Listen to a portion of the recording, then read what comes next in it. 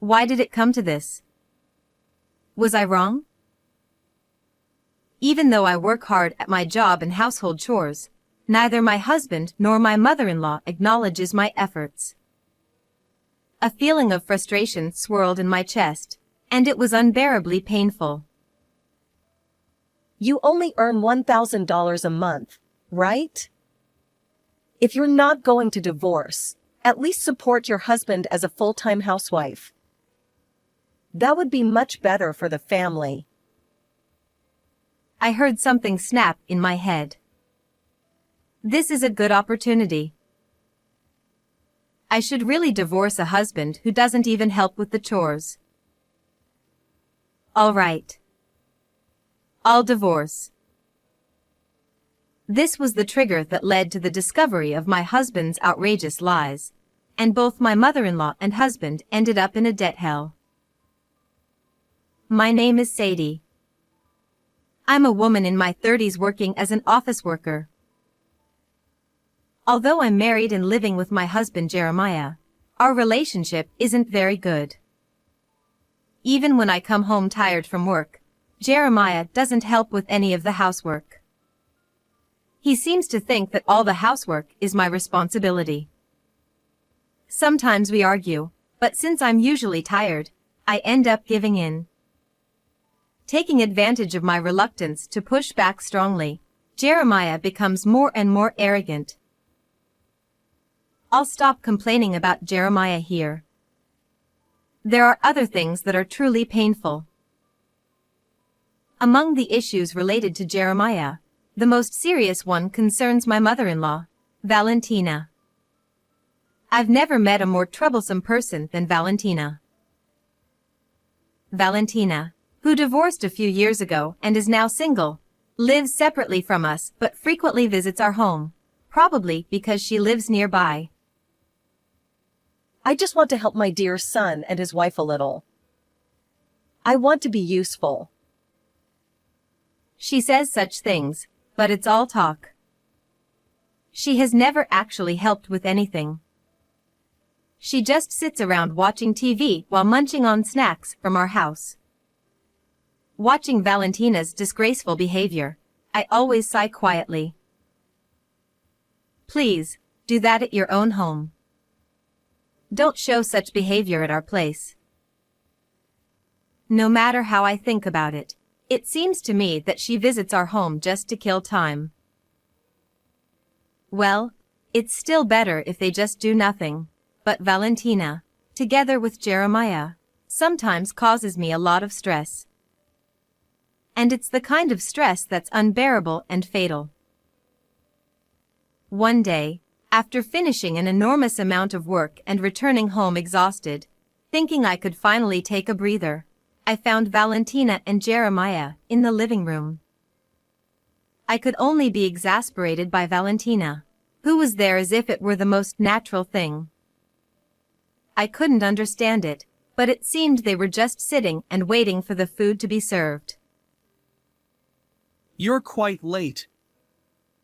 Make dinner quickly. Jeremiah is right. We're starving here. Jeremiah and Valentina were rushing me as if it were only natural for me to cook. I felt my fatigue double. My work was just entering its busy season, and on this day, I had managed to come home relatively early. Jeremiah and Valentina didn't know this, so they said whatever they pleased without any consideration. Valentina, in particular, probably didn't understand the difficulty of my work or even the meaning of my work. It was useless to argue with such people. I'm sorry, I said, offering a perfunctory apology, and dragged my exhausted body to change clothes, tied the apron strings, and retreated to the kitchen. There wasn't much in the refrigerator. There were barely enough ingredients for 2 people, but making enough for 3 was questionable. It couldn't be helped. I didn't have the energy to go shopping after work, and I had no way of knowing Valentina would be there. Besides, It was absurd that I had to cook for Valentina as well. I sighed as I cut the carrot that had been lying in the corner of the refrigerator. The sound of the knife chopping the carrot mixed with the sound of the TV and the exaggerated laughter of Jeremiah and Valentina from the living room. I wished they would at least help, but it was always like this, so there was nothing I could do. Forcing my tired body to move, I somehow continued cooking. I managed to prepare soup, reheated bean sauté, and salad, making 3 dishes each. Just as I was about to carry them to the living room, Jeremiah, lured by the smell, came in. His face gradually clouded over. The next moment, Jeremiah and Valentina said something shocking. What is this? After making us wait so long, this is all we get? And bean sauté again? I give you so much money every month. Make something more luxurious. Really? Can't you make something better? Usually, you should make at least 7 dishes. Are you feeding Jeremiah such meager meals every day? They insulted me without any consideration for my tired body. I couldn't help but hang my head. Making more than 7 dishes for dinner every day after work is impossible for an ordinary housewife. Valentina probably didn't do that much even when she was younger, and certainly not now. I didn't see Valentina as such a diligent person. Unable to bear it any longer, I said in a trembling voice, "I'm sorry. This is all I could manage. But today, I had a lot of work and was very tired, so I couldn't go shopping. Please forgive me with this amount." Before I could finish, more insults came flying. You can go shopping after work, can't you? Can't you even do housework properly as a wife? You're a useless wife. At least have Jeremiah help, I said.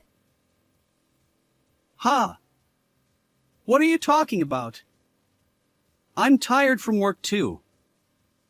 And you have the nerve to ask for help? Jeremiah is earning well, isn't he? It's only natural for him to rest at home. Supporting him is your job as a housewife, isn't it? You're really a useless wife. Valentina even went as far as to say that if I had complaints, I should start earning properly first.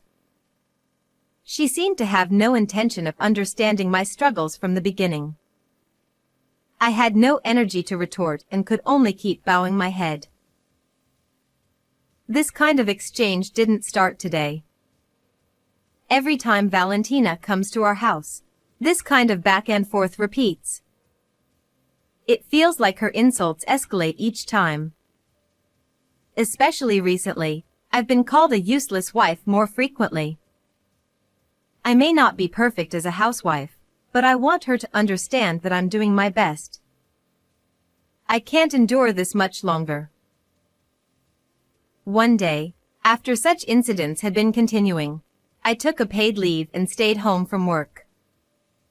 Seeing my pale face at the office, my boss, unable to bear it, gave me the day off.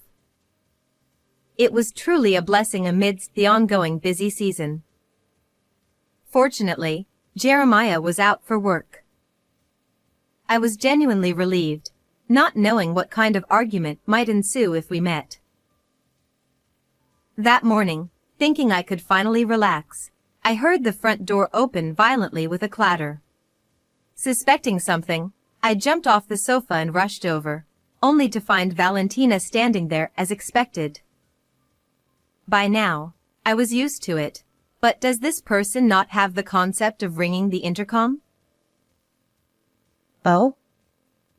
Jeremiah isn't here today? She said as she barged into the house. Valentina plopped down on the sofa where I had been lying just moments ago. Why are you at home today? When I said I had the day off, Valentina let out a conspicuous sigh. You took paid leave, didn't you? With such little earnings, you don't have time to rest, do you? Somehow, she seemed even more irritable than usual today. Valentina noticed the leaves of the houseplant next to the sofa. A thin layer of dust had settled on their surface. By the time I realized it, it was too late. Valentina slid her index finger over the leaf, showing me the dust she had collected, and said, What is this? Are you really cleaning properly? Her words accusing me of neglecting my cleaning duties were mercilessly thrown at me. Valentina's eyes moved to the hard-to-clean areas like the window sills and the corners of the room. Harsh words kept coming, criticizing this and that. I could only look down and endure it. Honestly, it's strange that an elite like Jeremiah married a poor woman like you. The lecture had somehow shifted to my marriage with Jeremiah. Valentina seemed to still hold a grudge about my lack of financial stability at the time of our marriage. Indeed, back then, I was undeniably poor. My income was not high, and my lifestyle and appearance were modest. But I have changed since getting married. I work hard to support our household and earn a respectable amount. Why should I be dragged through the mud for my past and called poor? I almost started crying but held back. Just divorce Jeremiah already. Suddenly, those words were thrown at me. Her reasoning seemed to be that her son, an elite, deserved someone better than a poor woman like me. The sudden words pierced my heart.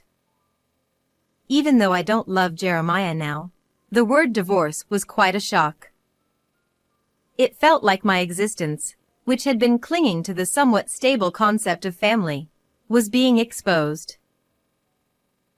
Divorce, just like that. Valentina continued with even more surprising words. Jeremiah earns $70,000 a year. And yet, what was that dinner the other day? Such a meager meal. Poor Jeremiah. I had no idea what Valentina was talking about. You only earn $1,000 a month, right? If you're not going to divorce, at least quit that job and support Jeremiah as a full-time housewife. That would be much better for the family. How did you even know about our income? Jeremiah showed me the bank account. He said he earns this much. I was stunned. The $70,000 annual income was mine, and it was Jeremiah who only earned $1,000 a month. The $70,000 bank account Jeremiah showed you is mine. What are you talking about? Are you trying to lie now, on top of being a poor woman who can't even do housework properly?